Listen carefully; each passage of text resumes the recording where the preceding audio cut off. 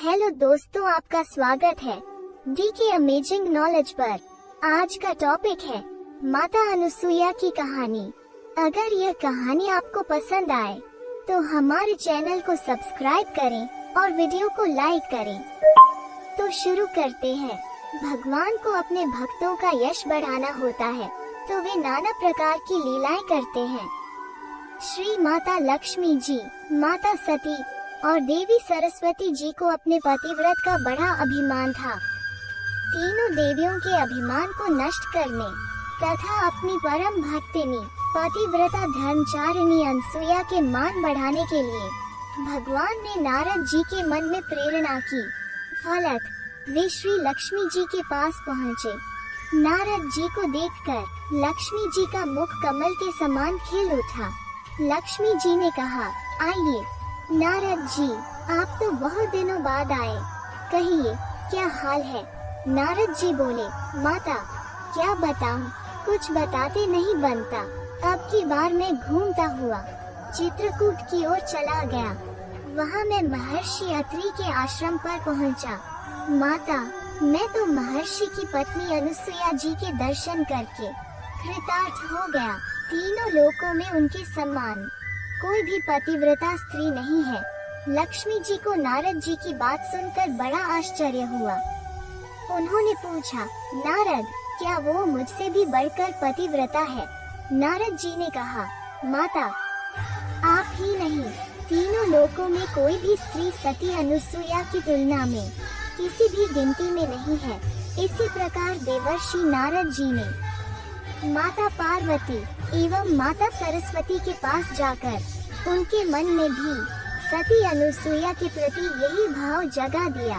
अंत में तीनों देवियों ने त्रिदेवों से हट करके उन्हें सती अनुसुईया के सतीत्व की परीक्षा लेने के लिए आग्रह किया। तीनों देवताओं ने यह सब करने के लिए बहुत माना किया, परंतु तीनों देवियों ने हट करके तीनों देवताओं को माना लिया। तब तीनों देवता ब्रह्मा, विष्णु तथा महेश महर्षि अत्रि के आश्रम पर पहुँचे और तीनों देव ने मुनि वेश धारण किया।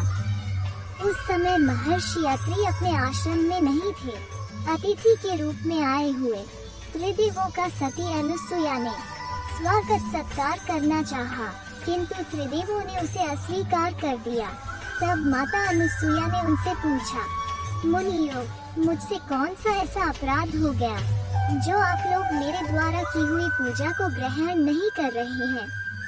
मुनियों ने कहा, देवी, यदि आप निर्वस्त्र होकर आतिथ्य सत्कार करें तो हम आपके यहाँ भिक्षा ग्रहण करेंगे। यह सुनकर सती अनुसुईया सोच में पड़ गई। माता अनुसुईया ने अपनी ध्यान लगाकर देखा तो सारा रहस्य उनकी समझ में आ गया। वे बोली, मैं आप लोगों का निर्वस्त्र होकर आतिथ्य करूंगी।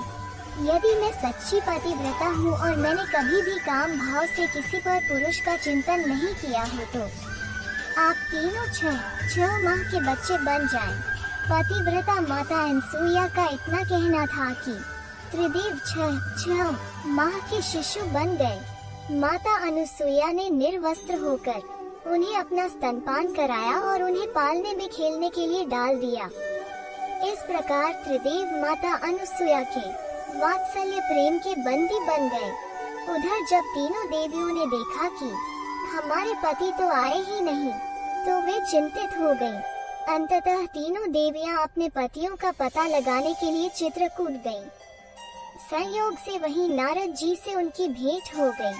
त्रिदेवियों ने उनसे अपने पतियों के बारे में पूछा। नारद जी ने कहा कि वे लोग तो आश्रम में बालक बनकर खेल रहे हैं। दत्तात्रेय जन्म कथा। त्रिदेवियों ने अनुसुईया जी से आश्रम में प्रवेश करने की आज्ञा मांगी। अनुसुईया जी ने उनसे उनका परिचय पूछा। त्रिदेवियों ने कहा, माता जी, हम तो आपकी बहुएं हैं, आप हमें क्षमा कर दें और हमारे पतियों को लौटा दें। अनुसुईया जी का हृदय द्रवित हो गया। उन्होंने बच्चों पर जल छिड़ककर उन्हें उनका पूर्व रूप प्रदान किया और अंततः उन त्रिदेवों की पूजा स्तुति की। त्रिदेवों ने प्रसन्न होकर अपने अपने अंशों से अनुसुईया के यहाँ पुत्र रूप में प्रकट होने का वरदान दिया। इस प्रकार त्रिदेवों के अंश के रूप में दत्तात्रेय का जन्म हुआ। ऐसी और कहानी के लिए हमारे चैनल पर बने रहे और वीडियो को पूरा देखने के लिए धन्यवाद।